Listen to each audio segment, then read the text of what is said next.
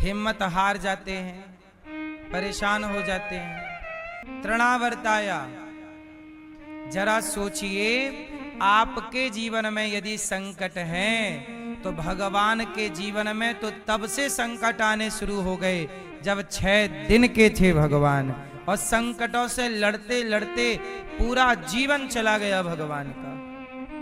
बताओ, भगवान कृष्ण के जीवन में संकट कब नहीं आए?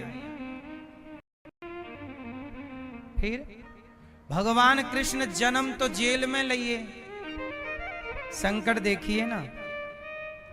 आपके जीवन में इतना संकट नहीं है, आपके जीवन में इतना कष्ट, इतनी विपत्ति नहीं है जितना कष्ट इन भक्तों के जीवन में, भगवान के भक्तों के। अच्छा बताओ, मीरा के जीवन में संकट था कि नहीं? उत्तर दो। आप लोग क्या चाहते हैं महाराज जी? हमारे जीवन में कोई कष्ट ना हो। अच्छा आप बताओ, कष्ट किसके जीवन में नहीं है? किसके जीवन में नहीं है? उत्तर दो। आप बताओ। एक है जिसके जीवन में कोई कष्ट नहीं है, आप बताओ वो कौन है जिसके जीवन में कोई कष्ट नहीं, कोई संकट नहीं, कोई विपत्ति नहीं? आप बताओ। सुनो, मैया सुनो मेरी मां,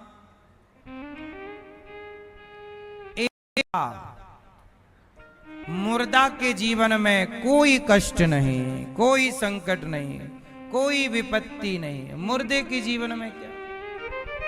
बोलो हाँ या ना? जब तक जीवन है तब तक संकट रहेगा। इन्हीं संकटों के बीच में रहकर आपको प्रभु को याद करना है, और इन्हीं संकटों के बीच में रहकर आपको अपने ईमानदारी से, धर्म से अपने कर्तव्य पूरे करने हैं। संकट नहीं होंगे जिस दिन, उस दिन आप मुर्दे हो जाओगे। इसका मतलब ये हुआ कि जीवन में कभी परेशान नहीं होना चाहिए। हर समय भगवान को याद करते हुए, ईमानदारी से अपना कार्य करते हुए भगवान को याद रखना चाहिए। और विपत्ति आए, संकट आए तो घबराओ ना, एक कदम और भगवान के करीब चले जाओ। कितने नाम हैं? अनेक रूप रूपाय विष्णवे प्रभु विष्णवे। कितने नाम हैं? अनेक नाम। उन अनेक नामों में यशोदा के लाला का नाम रखा है गर्गाचार्य जी ने कृष्ण, और रोहिणी के पुत्र का नाम रखा है राम, पर बल अधिक होने से उनका नाम पड़ा बलराम। बोलिए बलदाऊ भैया की जय। कृष्ण जी मर्यादा पुरुषोत्तम है। राम जी क्या है? मैया राम जी क्या है? राम जी मर्यादा पुरुषोत्तम। पीछे आवाज आ रही है कि नहीं? आ रही है? तो फिर ध्यान से सुनो। ये बच्चे काहे खड़े हो रहे हैं बार बार उठना बैठना ना करो, जहां जगह मिल जाए वहीं बैठ जाओ। सुनो, राम जी कौन है? मर्यादा पुरुषोत्तम। और कृष्ण जी कौन है? लीला पुरुषोत्तम।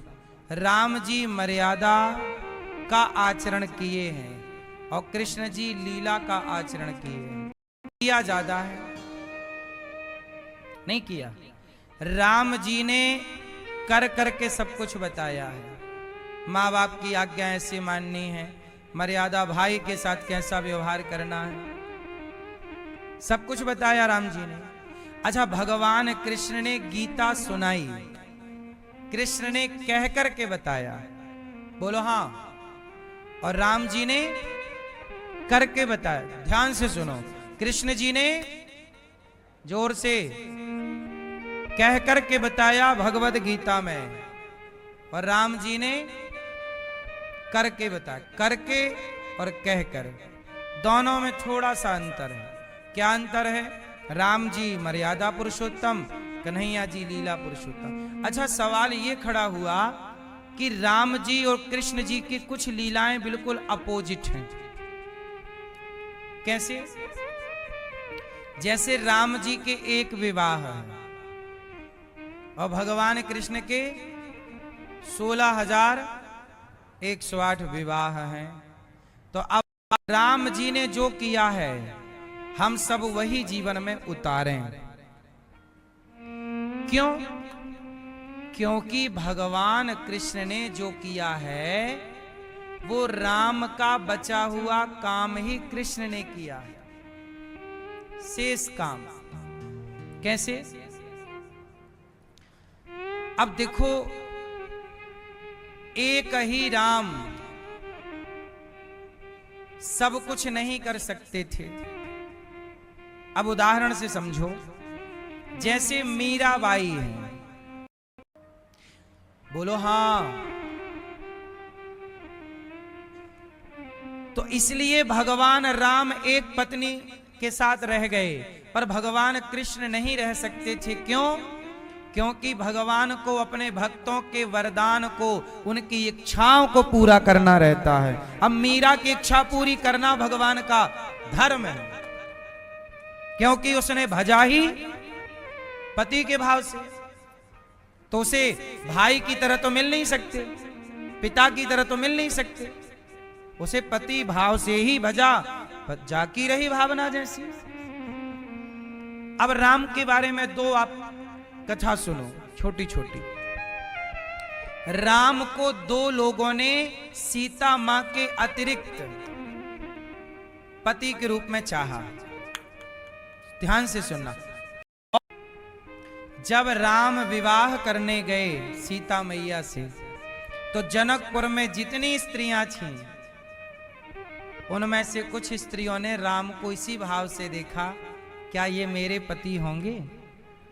तो उन्हें राम तो पति रूप में नहीं मिल सकते, तो उनकी इच्छा थी तो उनको अगले द्वापर में गोपी बनाए और कृष्ण पति रूप में मिल गए।